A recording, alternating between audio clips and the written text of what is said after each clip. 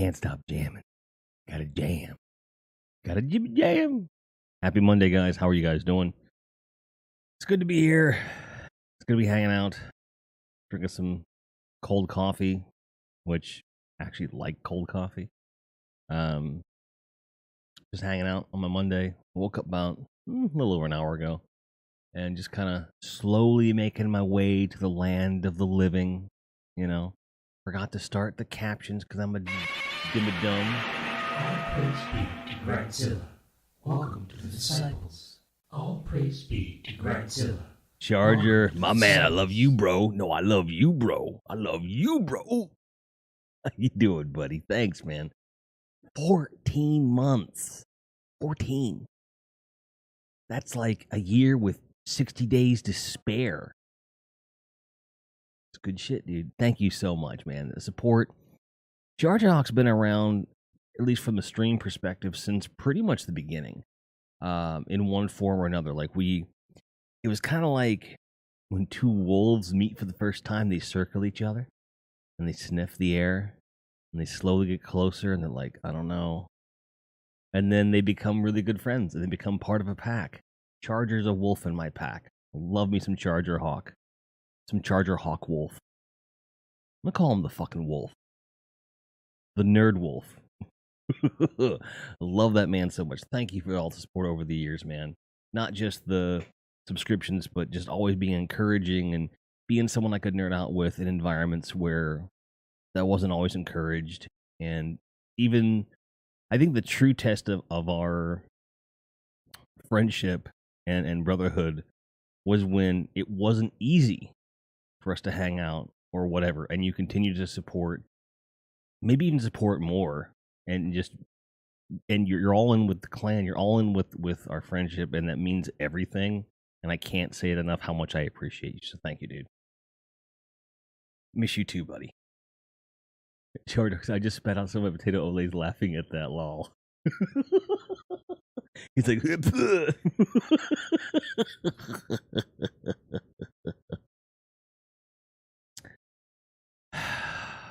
well, don't at me.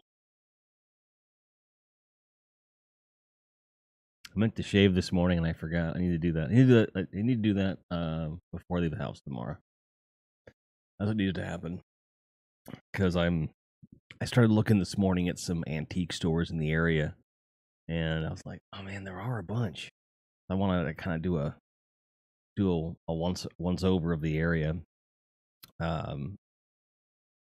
just to see what the lay of the land. Because like I'm not looking to run out and spend a shitload of money or anything, but because one, we don't have it, and two, I don't need it.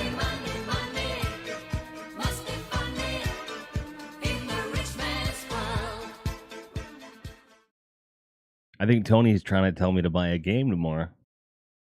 Speaking of people that have been there almost since the beginning, but have been super supportive and amazing and wonderful and just great, Tony Plox 34, my man. I knew him before he was married.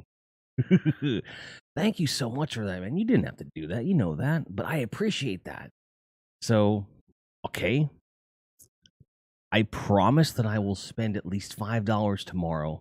I will spend that $5 tomorrow if I can find anything in that price range. I'm sure there's something will rise its head, but I'm not going to buy something crappy.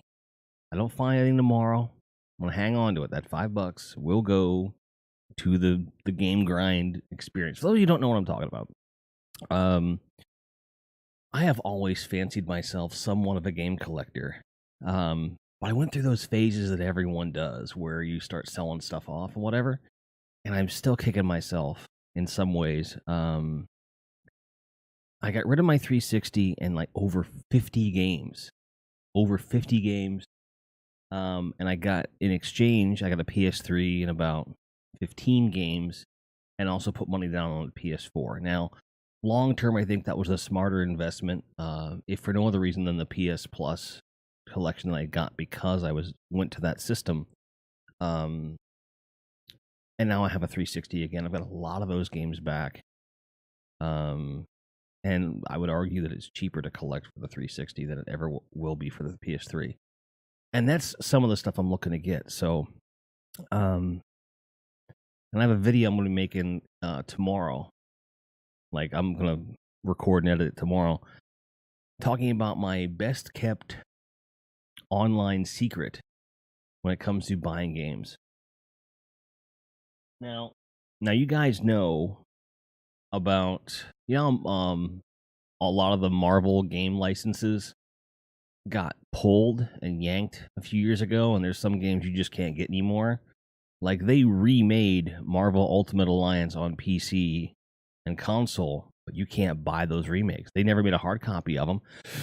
It was digital only, and if you didn't buy them when they came out, they're gone. They're gone. And anything that has digital only release was screwed. Marvel vs. Capcom 2 is going back up in price, physical copy, because the digital stuff's gone again.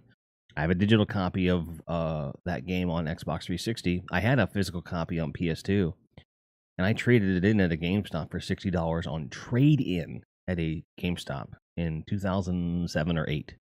No, it would have been 2006, actually. 2006. And it's worth more than that now because you can't get them. But Marvel Ultimate Alliance I had both of them, the first and the second game, in my collection when I traded them in for the PS4, but they weren't considered rare games at the time. They're kind of hard to come by in good condition now. Using my best kept secret of online gaming, I got, and you're lucky to find one of them for about $20 complete. I got both of them shipped complete in mint condition, $30.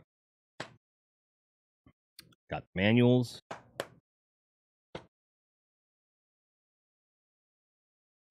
And the second one even comes with the limited edition comic book. That's how complete it is.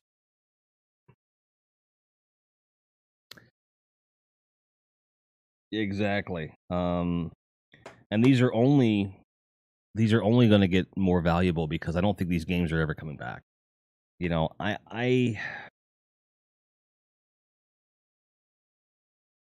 firmly believe in physical copies of games because of the fact that digital stuff can go away just like that. If they decide that the license is no longer good, they can yank it if they want to. So I believe in local emulation. I believe in physical copies for preservation and so forth. And and I'm never going to be someone who wants a complete collection of anything. There are people out there that do that, but I try to collect good games, and also I like to collect things that are good conversation pieces because I love a good conversation. You guys know that. Tide Man says, hey, hey, hey, or I want to say, right back to you, man. How are you doing? Tide Man's awesome.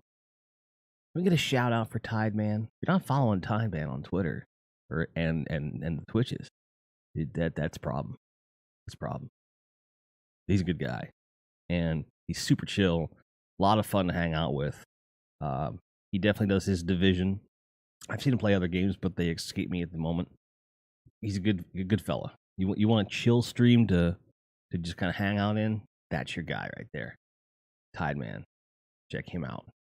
Check him out. Do it myself. And while I'm at it,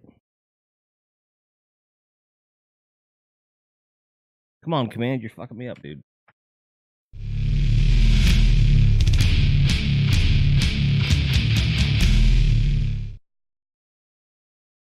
Wish was playing Division 2 instead of working. Well, we're going to play that later. We're going to play it a little later. I promise you. Tony says, talk to you. A friend request on Xbox, trying to get my account back where it used to be. Okay. I'm hardly ever on there, and when I am on there, it's like late at night and I'm playing like solo games and stuff. But my Xbox One is still on the shelf. Like, I'm just using the family one. But mainly the only reason I don't have it hooked up is because I don't have the space to have it set up. At least not the way it should be. And I probably would need to take that the furniture that's sitting there that holds the computer. I would have to get something different. But if I get to that place where I can pull that out, put that in storage, and get something else there, yeah, I'll set it up. Curtis says, thanks for the shout out. Wanted to wait until shift bid results to really commit to a stream time, but I have that now.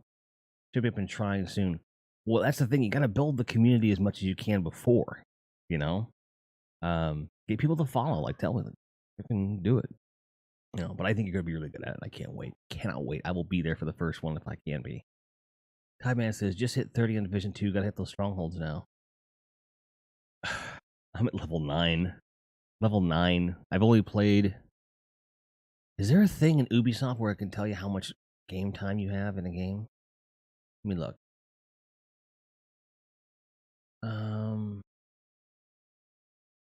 You game details.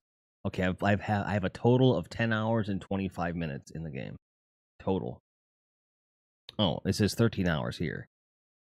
So the Ubisoft app says 10 and a half hours. The game says 13 hours. I don't know why there's a difference. But yeah, 13 hours. And some of that's just sitting in between calls or whatever. But I trust the game. I trust the game too. How you doing, Libo? Appreciate you. Good to see you. Been a while. Good to see you, man. Good to see you. I see you. But so today I wanted to talk about because the division kind of speaks to this. Destiny speaks to this. Collecting speaks to this. And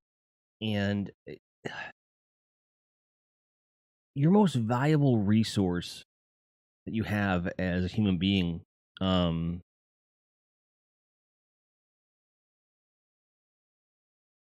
is time. It's the one thing you can't never get back. Nothing. It does nothing. You can't get it back. So I think sometimes we play a game or collect or whatever endeavor we're talking about, and we do it to the point where it stops being because of its fun and because it becomes not necessarily a habit, not necessarily an addiction, but just routine. I think the word is routine. I would use routine. But it doesn't, you don't hate it, but you're not like going, yay, it's fun all the time either. You're just kind of doing it because you enjoy it.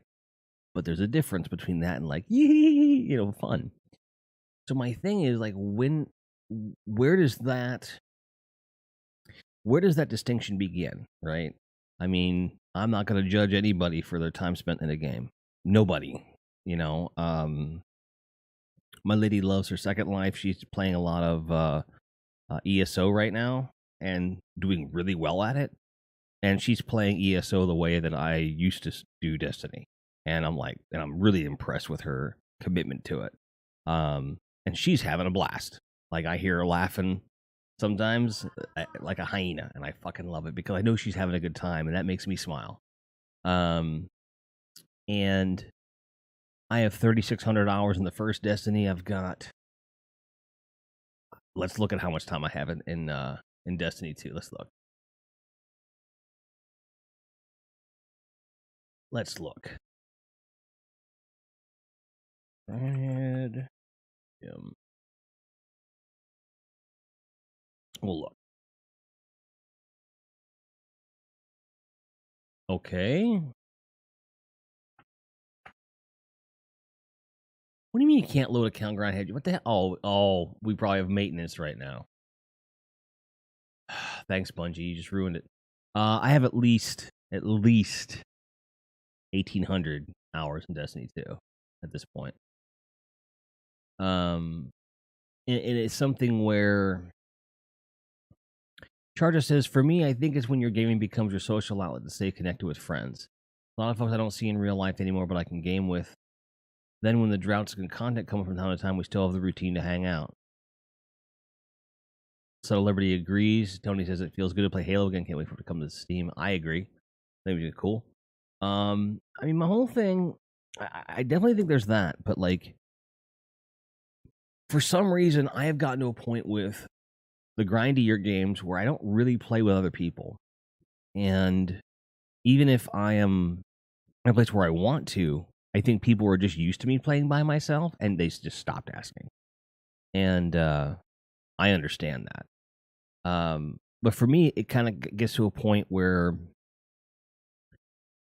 Destiny was very much routine for me, where I would just play. And yeah, I'd enjoy it. Um, but I wasn't gaining anything out of it. So I think it's when you hit that wall of there's nothing left really to accomplish in the game necessarily that you haven't already accomplished, and you're just doing it for the familiarity. Because I think that there's a certain degree of comfort when you're playing a game you're familiar with, whether it's for a stream or just for your own enjoyment or whatever, right? Um, I think that's a big part of it. In as much as there have been a lot of streams where I'll play a game that I'm not comfortable with, and I know the stream suffers because I'm focused too much on the game. I throw in Destiny or Ninja Gaiden for the NES, or to a certain degree now the Division and Deus Ex as well. I mean, I'm really, really comfortable in those games. I'm very familiar with them. Um, and when I'm comfortable, it's easy for me to just be like and just be myself. So I think that having that experience on some level, I think that translates to, even if you're not streaming, in as much as like the comfort level of it. So like sometimes everyone has a routine, right? For relaxation, whether it's sitting down and watching Netflix while eating a certain snack and having a drink. Um, you just think about comfort food. Think about like your favorite beer. Think about your favorite blanket.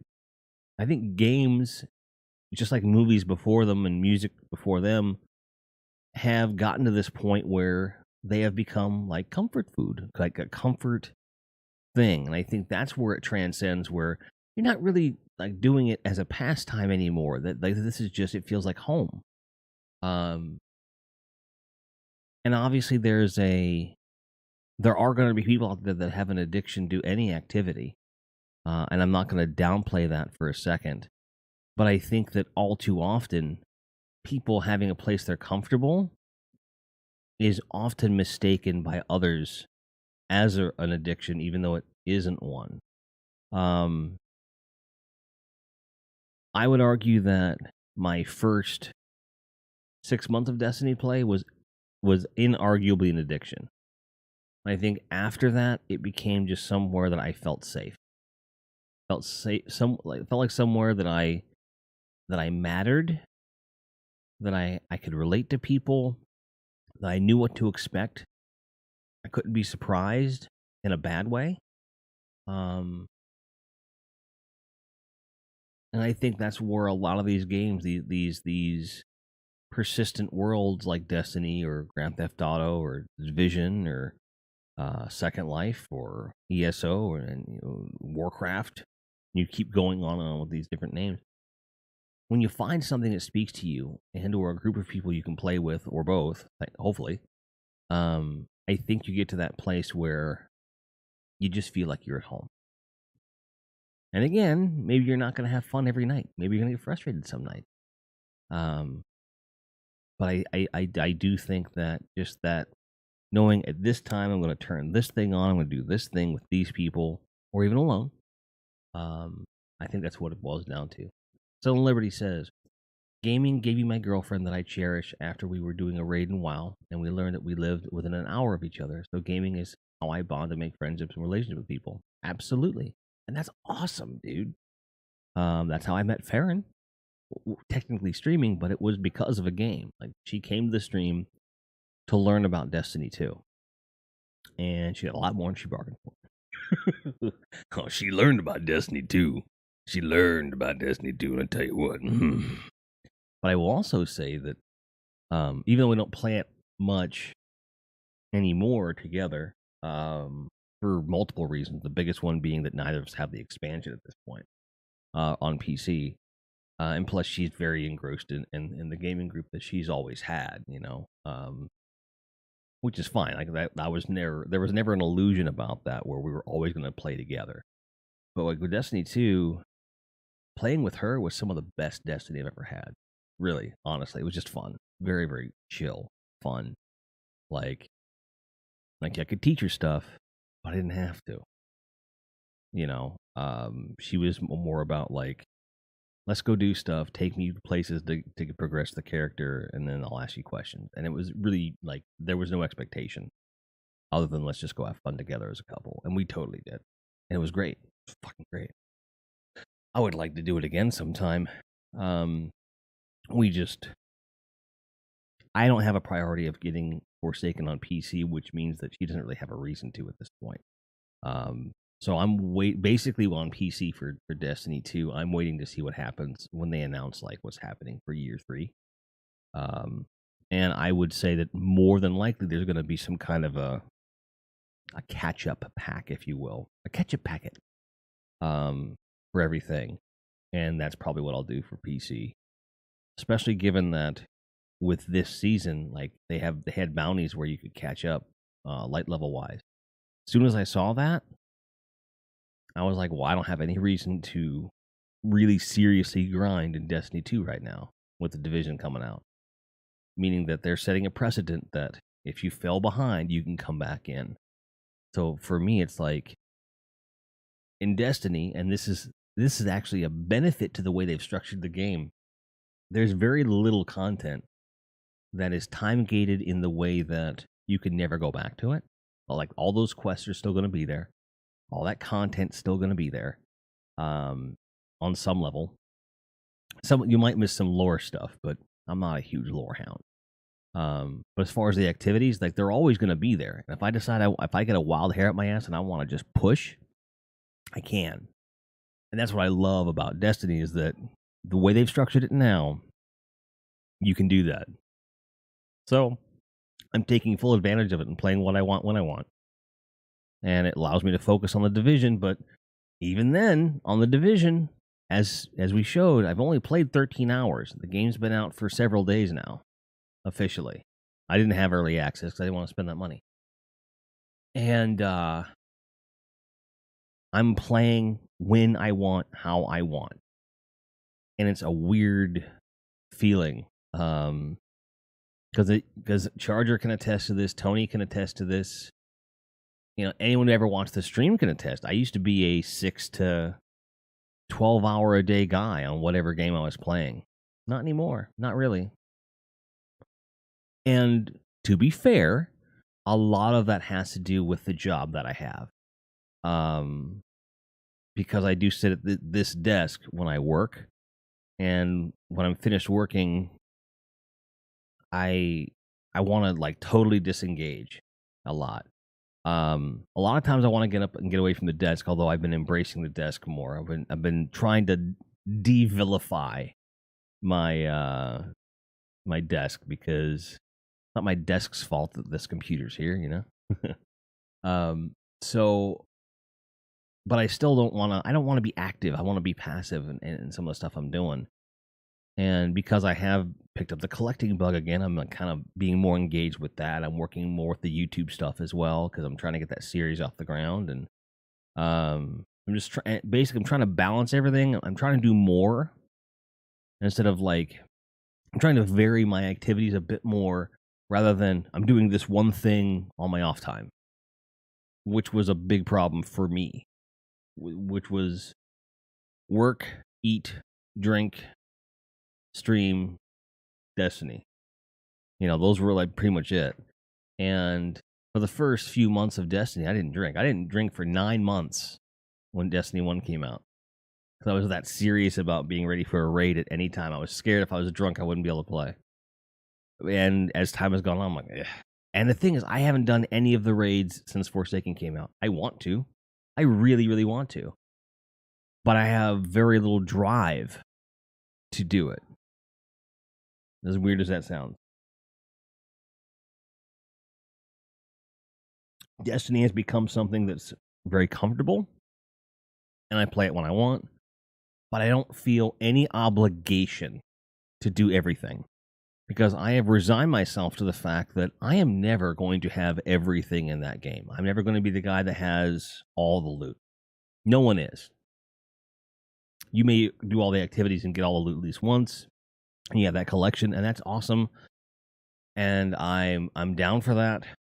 But I am looking at, and I'm coming full circle, guys. Trust me. I am beginning to look at in-game loot the same way that I look at gaming loot in real life. I don't need a complete collection. I need the stuff that I want. And I want to get the best versions of that stuff. And then once I have all that, then I can do whatever. Like I'm kind of modeling my current gaming and collecting practices after how I did things in Destiny in the last year of Destiny 1, which was go after what you really want, get it, max it out, and then just kind of see what happens as you naturally just start playing and doing stuff. Um, and I find that by varying the approach, by varying what games I'm playing, who I'm playing them with, forcing myself to play offline when I'm not streaming as well, um, I think that makes me a much more well-rounded gamer. It makes me a much more well-rounded person, and it keeps me from getting burnt out on stuff. At least that's the goal. That's the goal.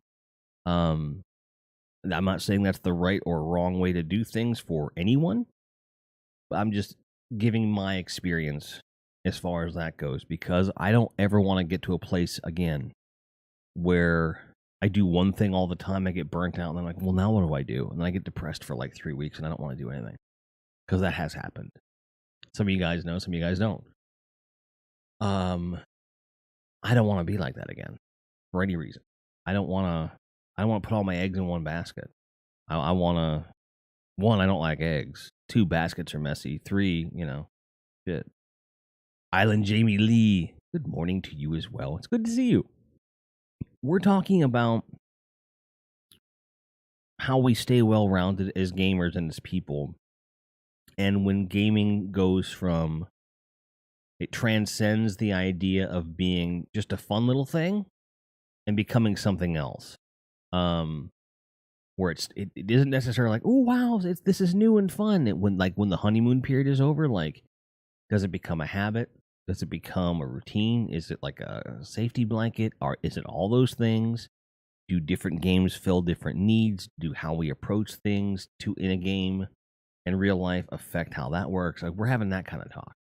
And, because obviously a lot of us here like grindy games. And I was talking about how, Destiny is like a safety blanket for me, but I don't feel like I have to put the safety blanket on that much. But what I do when I decide to put it on, I'm very comfortable and I'm happy. But I haven't needed the safety blanket for a while. I wanna mess around with other stuff. Abu Ayish says, I like your beard. Get in line. A lot of people do, but I thank you. A lot of people like my beard. I need to shave the stubble here. That's not good. I need to trim the mustache so I'm not eating mustache hair all the time, but I appreciate it.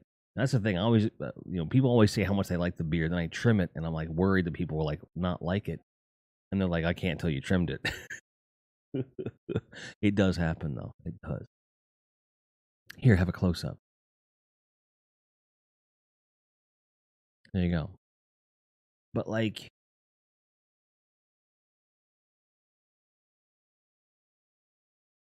I think ultimately what this discussion really is about is making sure that you always have a place to go emotionally that is comfortable, that feels safe, that makes you happy, at least makes you feel comfortable in your own skin, whatever that may be. And to not let it be one thing, because if it's just one thing and something changes, you may find yourself in a spot where that's no longer viable, and it could hurt. And I don't want anyone to get hurt. Jamie Lee says, I gotcha. I am working on taking a holistic approach to my whole being, so I am curious how this talk will help provide some clarity to me, albeit I'm a non-gamer so far. Okay, that's interesting. So going back to the other point, it really comes down to whatever your routines are, whatever your habits are, um, varying them as much as you can, and never focusing on just any one thing to make you feel comfortable. Because for a while there, um, on my downtime when I lived in Iowa, one of my favorite things to do was to listen to podcasts and do the more mundane grinding in Destiny. That's how I get so many materials and stuff like that. But the main thing was listening to the podcast, and I had a lot of fun with that. And the podcasts that I listened to the most they're not as prolific as they once was, and it's not. I don't have as much fun with it. So then I would switch to music, and I was like, and I would go to movies, and then I went to YouTube videos. So sometimes I will still do that. And I have a feeling I'll be doing that a lot. I started doing that with Division 2 last night. I was watching some YouTube videos on my screen over here, and watching. I was listening and playing the game, idly and casually. And so I was imbibing this, but I was actively doing this other thing, and I felt accomplished. And then I got to a point where I was like, okay, because the subject matter of the videos was, like retro game collecting, which is something that I'm very passionate about and something I've been slowly getting back into on a more active level. And I got to a point in the game where I was like, okay, I don't need to do this anymore. And I shut down the game and I opened a browser and I started looking for different things. I started doing research and I kind of changed. I was still watching the videos, but I was like, okay, I need to start planning for this. And I just kind of, I'm juggling a little bit versus, a year, 2 years ago, 3 years ago. No matter what I was watching, I wouldn't have stopped doing what I was doing. I would have just been focused on, Destiny or whatever game I was playing at the time. And that's it. And just enjoying that content. But I'm finding myself having a bit more spark in the old step there, if you'll pardon the phrase, and feels good. It feels really good. And I think I think we have to realize that for most people that play games regularly, they are so much more than just, it used to be when you had board games, you pull out the board game every once a week or whatever, and you'd play a game, put it away. But I think when video games came around, they became something that, whether solo or in groups, you could just do habitually. Um, and that has changed the way that we take in content and do things. And I think that if we're responsible about how we spend our time, and how this medium can affect us, um, I think we're going to be in a better place, because this isn't just, you know pick up sticks or jacks anymore. This isn't Monopoly anymore. This is a way of expressing yourself. This is a way of meeting others. It's a way of communing with friends. You can learn things about yourself when you play these kinds of games. Um, Sometimes good, sometimes bad, but it is something that you you just need to be paying attention. Really, is what it boils down to. And I think that, short of changing the name of video games, to something else, I think it's important that we just understand how transcendent, this interactive medium can be, and it can be used for self reflection. It can be used for um, social experiments. I mean, there's tons of stuff can be done with it, and I think that starts with looking inward and making sure that you have as realistic and a holistic a picture of yourself as you can. And I can say that you'll learn a hell of a lot more playing a few video games than you will watching Netflix. So transcend yourself a little bit, have some fun, try something different. analyze how it makes you feel, and find the things that make you feel the way you want to feel, and find as many games, as many experiences that make you feel like that as possible. And I think you'll be a much happier person for it. And whether you're in chat right now or you're watching after the fact, tell me if there are experiences that you've had that transcend that sense of self. And maybe we'll have another talk another day about it, because I'm really fascinated by this.